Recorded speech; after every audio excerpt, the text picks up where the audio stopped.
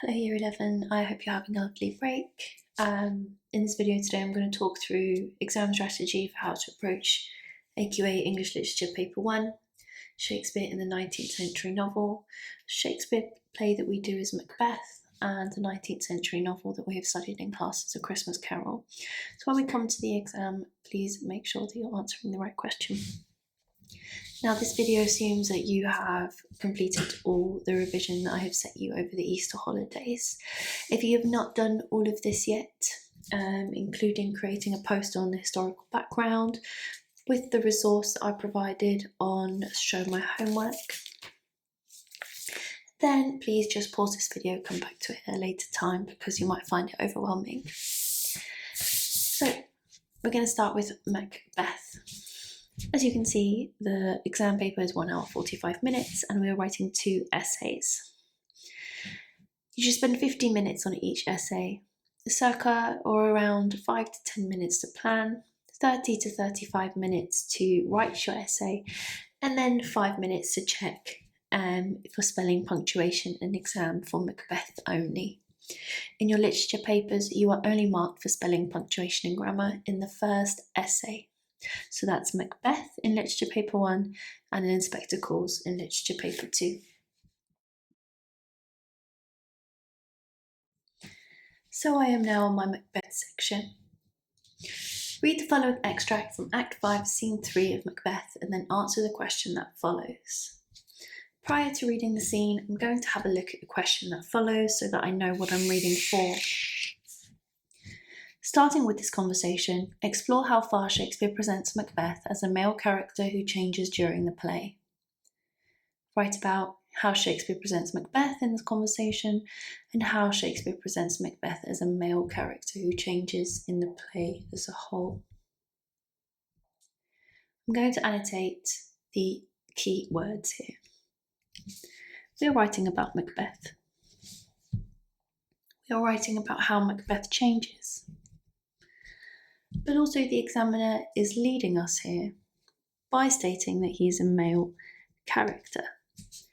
So as I look at how Macbeth changes, I will also do so in relation to masculinity in the Jacobean era. I don't have to do this, but this is quite a strangely phrased question, and so I am going to focus on all three as I read my extract. At this point in the play, Macbeth hears that the English army is approaching and asks the doctor for the report about Lady Macbeth. Satan, I am sick at heart.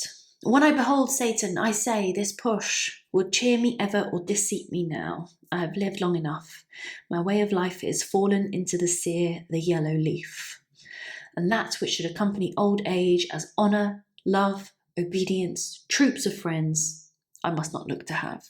But in their stead curses, not loud but deep, mouth honour, breath, which the poor heart would fain deny and dare not. Satan.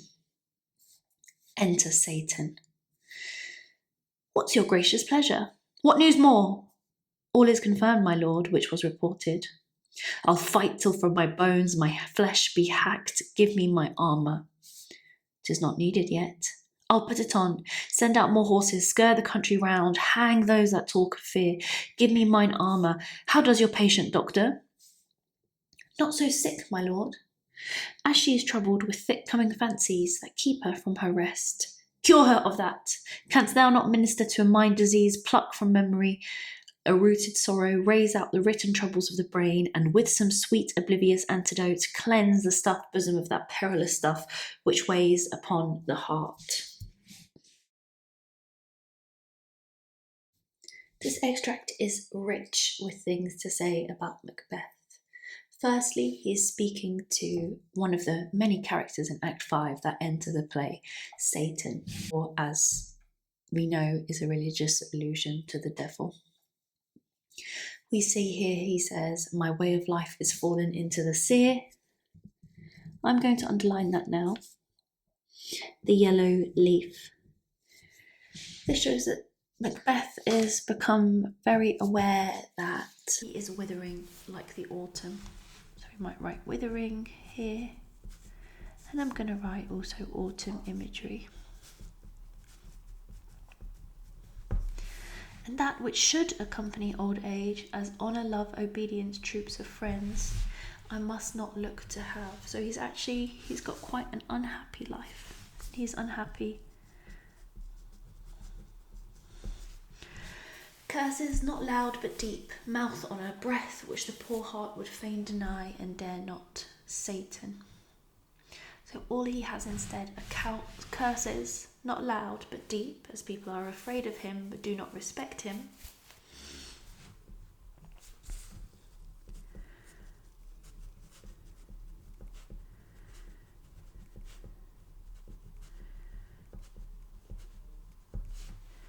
Which the poor heart would fain deny. Then Macbeth goes on to say, I'll fight till from my bones my flesh be hacked. This is quite brutal imagery here.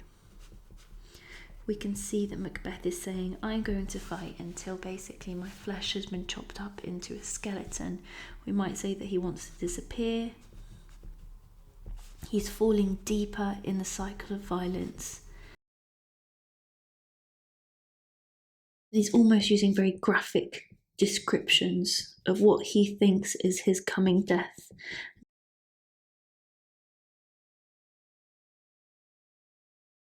Macbeth orders Satan, send out more horses, scur the country round, hang those that talk of fear.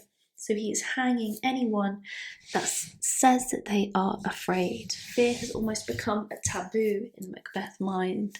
Perhaps he's experiencing quite a lot of fear right now himself, and he is fearful of that.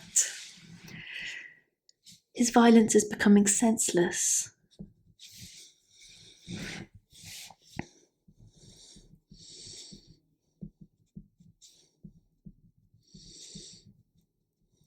And we see here that he is a tyrant of the Scottish state. He's an evil ruler. He is hanging people simply for being afraid. Then he speaks to the doctor. Macbeth says to the doctor, why can't you cure Lady Macbeth of her sleepwalking? Can you not minister to a mind disease? Are you not able to cure her? Pluck from the memory a rooted sorrow. He's saying, why can you, doctor, not erase her memory so that she no longer feels pain?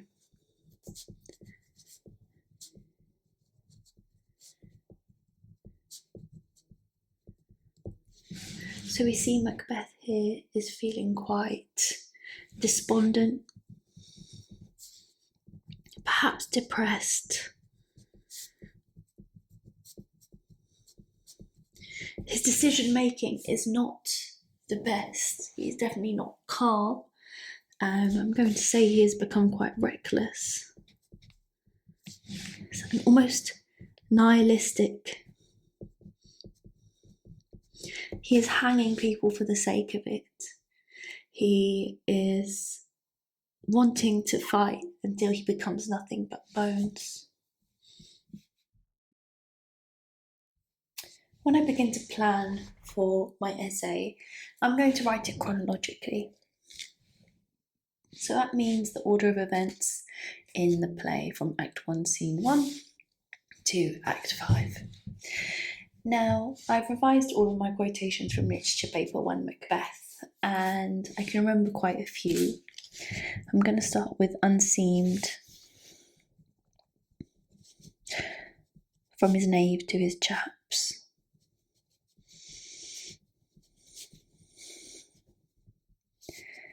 Also, how could I forget Stars Hide Your Fires?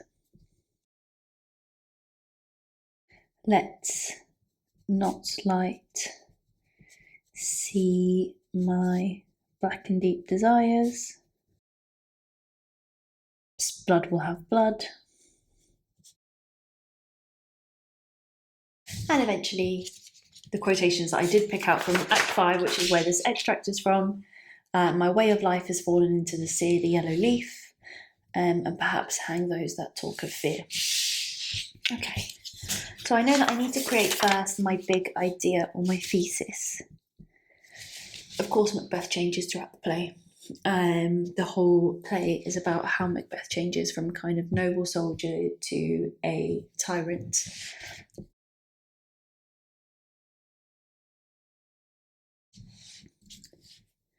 However, I'm going to try and increase the complexity of my thesis a bit.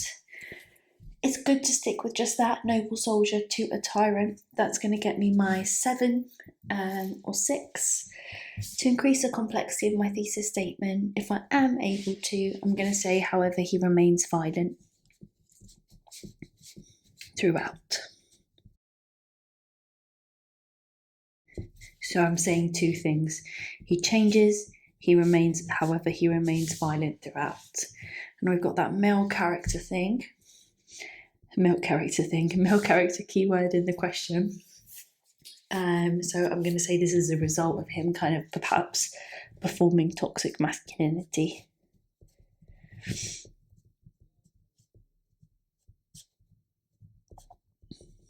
Which Shakespeare could be warning about. So I know I need to start with my thesis statement or introduction, and I've planned that out.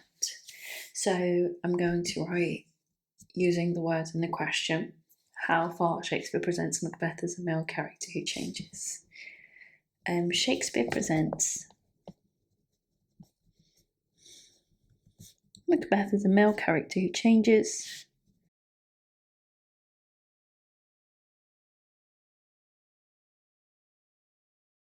Then I'm going to explain how, evolving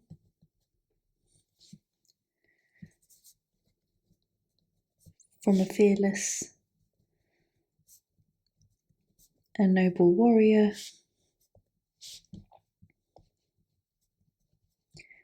to a despotic tyrant.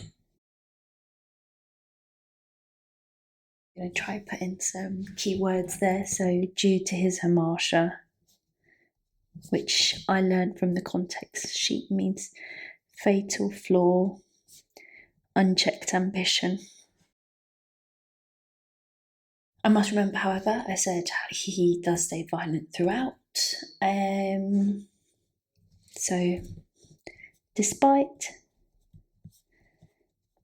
Macbeth's fall from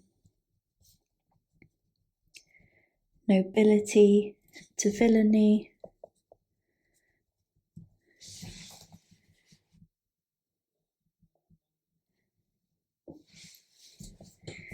his violent nature, as shown in this extract,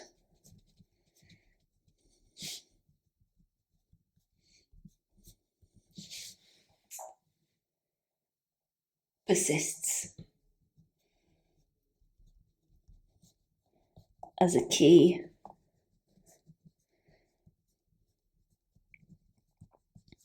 personality trait throughout the play. Lovely. Now I'm going to introduce my first quote, unseen from Knave to his chaps, making sure I get my AO1 in, showing that I have understood and interpreted the play, AO2, my language analysis, dramatic analysis, and my AO3, my important context or linking to the big ideas throughout the play. So just to get my AO1 in early, I'm going to say the audience are first introduced. This shows I know where in the play this quote comes from and its relevance to the tragic hero. Always trying to get my key vocabulary in. So that's my AO2 actually, I've just snuck that in nicely. Macbeth. Through a report of the battlefield.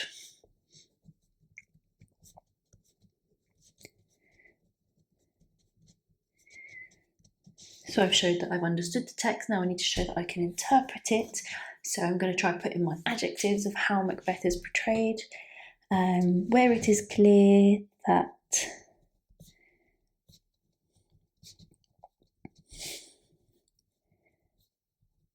Macbeth is loyal, determined,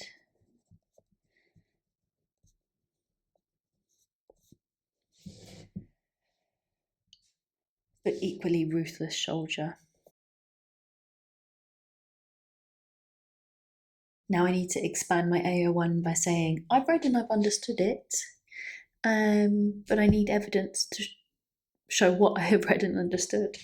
So I'm going to introduce my quote now. Macbeth is described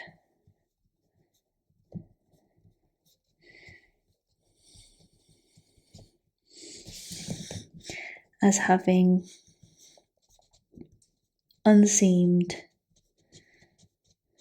King Duncan's traitor,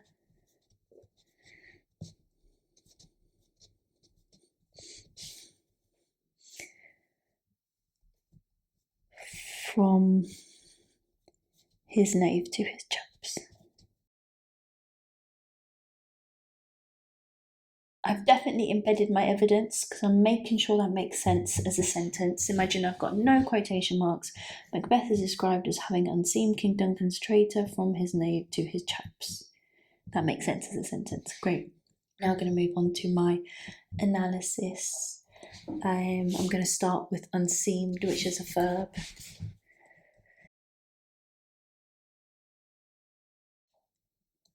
Depicts, trying to use as many analytical verbs as possible.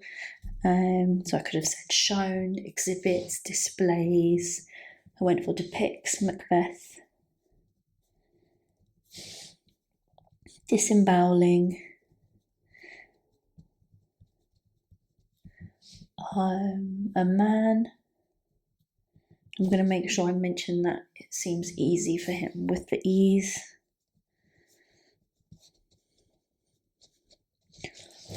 Of perhaps undoing a piece of clothing, unseaming.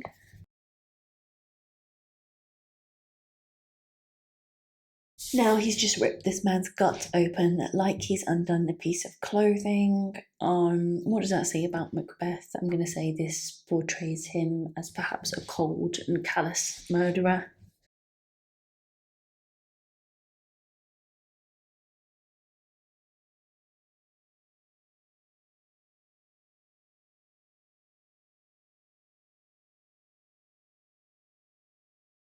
I'm going to try and expand that inference. Sure, he's cold and callous. I'm going to try and give multiple inferences because that makes it complex, and that's what the examiners are looking for. I'm going to say the graphic description just to get more AO2 terminology in. The graphic depiction suggests Macbeth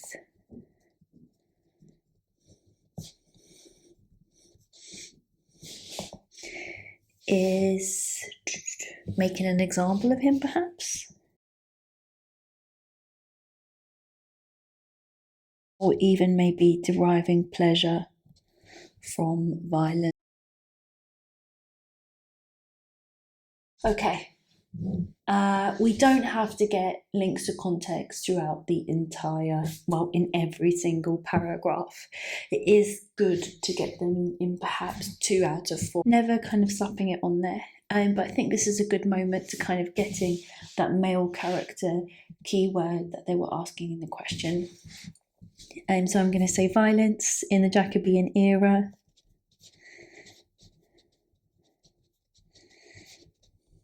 It's great because it directly links to what I'm actually saying. Violence in the Jacobean era was seen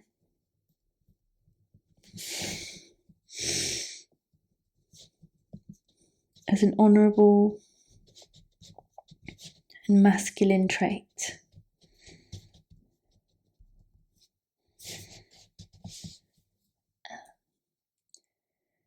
Meaning that I'm going to say it's ambiguous, and I'm going to try add in some more AO2 language terminology. I'm going to say this exposition, which we know is just a fancy word for introduction, but this is the first time we are exposed to the character of Macbeth, meaning that this exposition of Macbeth is ambiguous.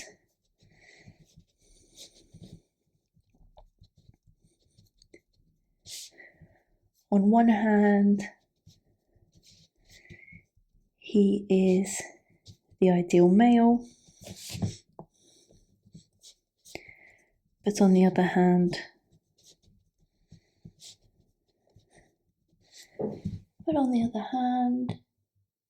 his merciless murder, or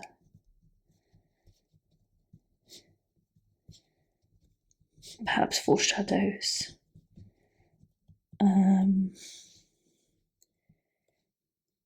his later behaviour.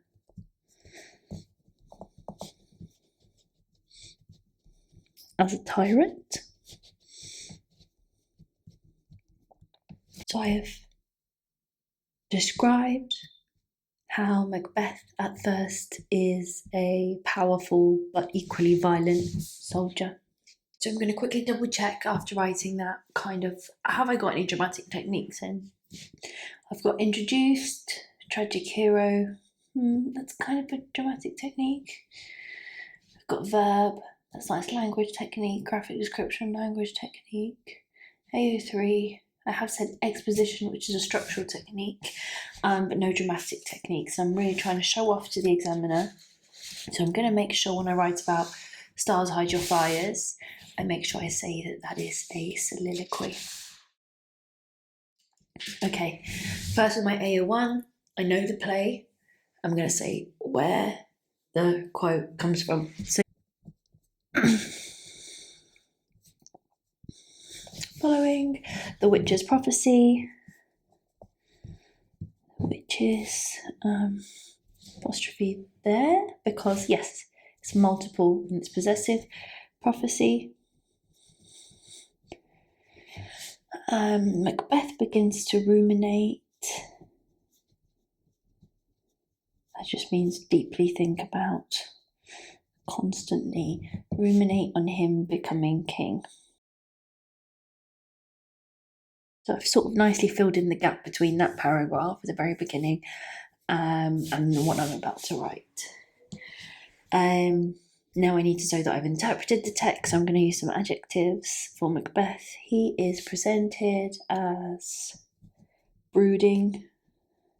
I think he is quite broody. As brooding and menacing. When he states, "Stars hide your fires. Let not light see my black and deep desires." In this soliloquy, making sure I've got that dramatic technique in. In this soliloquy, Macbeth could be, this is my inference, my AO1 still interpreting, could be asking the stars. I'll get in my AO2 at the same time, why not? Symbolic of. Symbol is a technique. Heaven and God. To dimmen so that they will be unable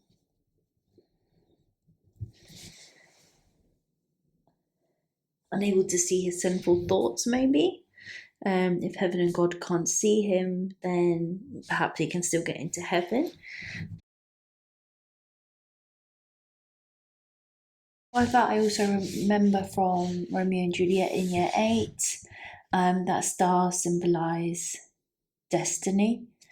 So it could also mean that he's asking his destiny or his ambition to quiet down so that King Duncan perhaps doesn't see that he's angry that Malcolm has been declared his heir.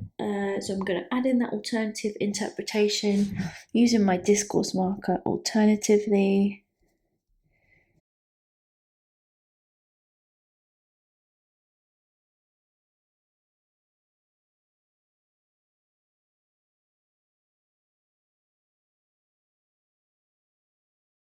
So that he can perhaps concoct his plan or operate in the darkness.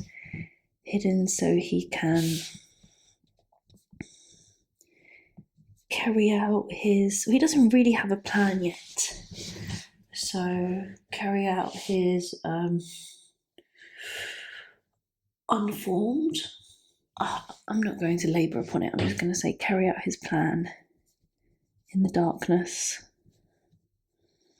unseen. I'm going to link it to the big ideas in the play for my AO3, making sure I show that I know it's a play by saying the audience hears a reference to one of the play's big themes, which I think is a battle between good and evil, because we've got light and darkness.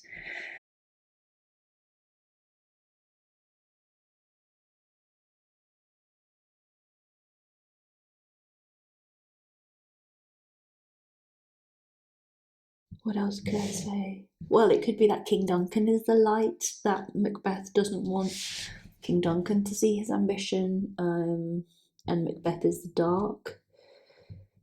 This makes sense. We know that King Duncan is a good character in Jacobean eyes because he introduced primogeniture, or the kind of system of government where the oldest son would inherit the throne or inherit the land of kind of a dead father. So it could be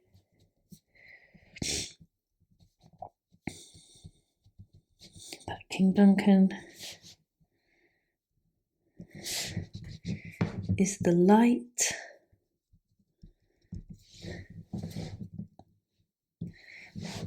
making sure I've got my AA1. I can't just say he's the light. I need to make sure I've explained why I've interpreted this is the light, because he is a trusting benefactor. He kind of is just really nice, and he gives people titles. This is further reinforced. I'm going to mention primogeniture now.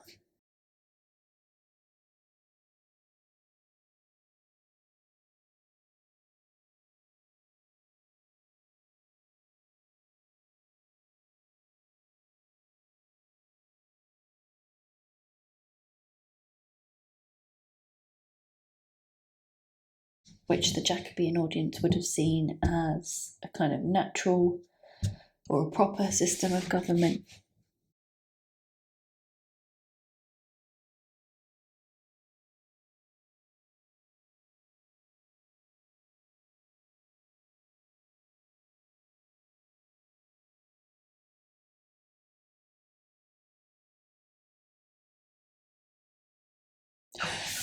So I've noticed that I'm not going to have enough time to write about Blood Will Have Blood, simply because I've spent enough, about just 9 minutes doing that paragraph, 10 minutes doing this one. I know I should have only got really another 10-15 minutes left. So I'm going to go straight on to writing a paragraph about the scene now.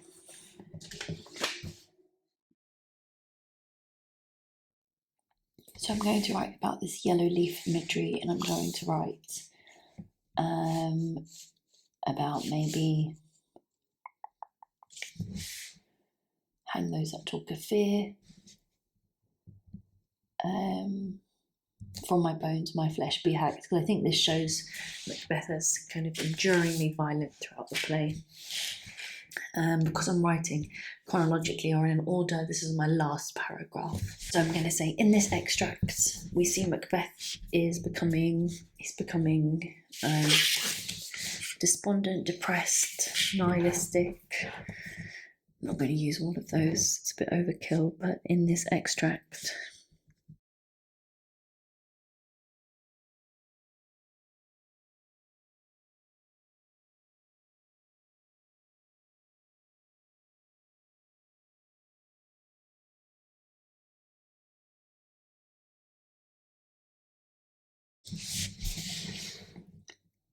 this is clear in the line. I've already got my interpretation, so I can go straight into quoting. This is clear in the line.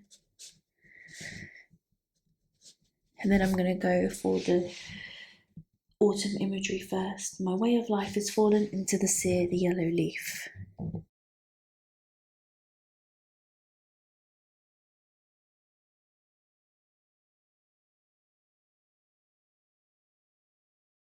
Oh, remembering my comma.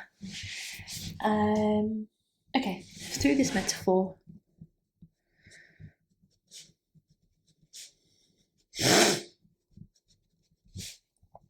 depicting Macbeth's life, actually. Macbeth's life as a falling leaf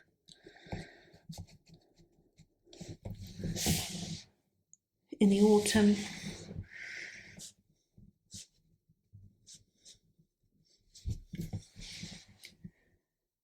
Perhaps Macbeth is expressing that his reason for living is lost, or he's expressing that I think that he knows he's going to die.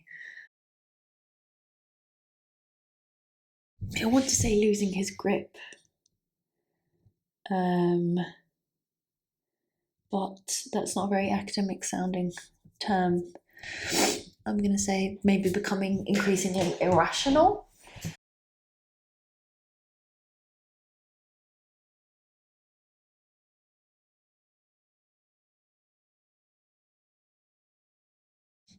Death being a winter.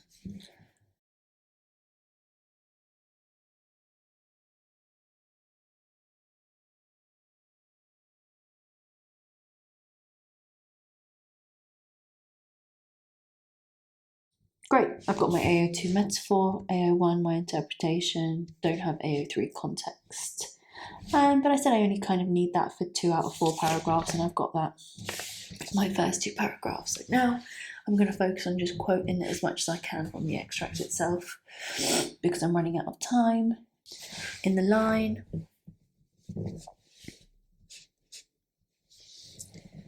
I'll fight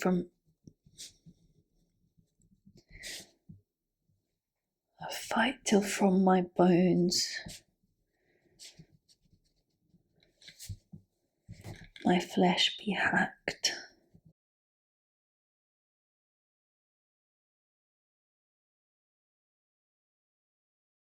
And I'm going to add 2, because I think they showed the same thing, that his violence is becoming meaningless and senseless. I'll fight till from my bones my flesh be hacked, and hang those that talk to fear.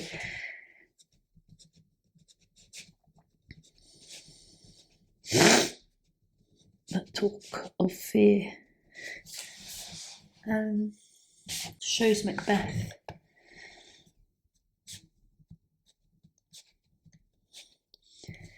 is using violence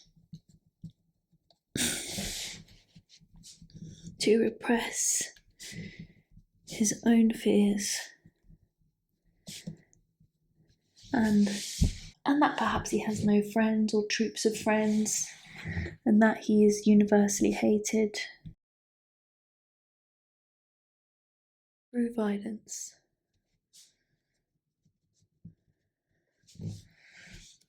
I'll link this to perhaps toxic masculinity. So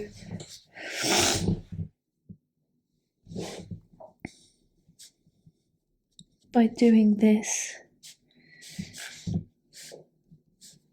Shakespeare shows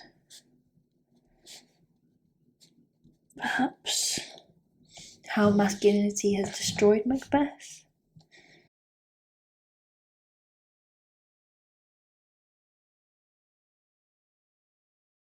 So I've answered the question how he changes as a male character by saying he's changed in status. He goes from report of the battlefield, clear that Macbeth is determined but an equally ruthless soldier. So he's gone from soldier to dreaming soldier to king, but he has not changed in the sense that he is always violent. I think I've got another maybe extra minute to write a conclusion. I'm going to say, in conclusion, and basically sum that up, although Macbeth's social status changes continually throughout the play, he remains persistently violent.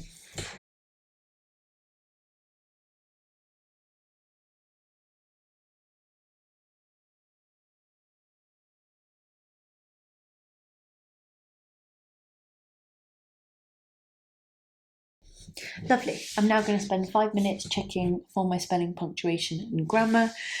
So I know my handwriting is not great, but that doesn't matter. It matters that it's legible, aka the examiner can read it. I'm just going to go through to make sure all my sentences make sense by reading them as standalone sentences. Doing that carefully for the next 5 or 10 minutes. Thank you and goodbye.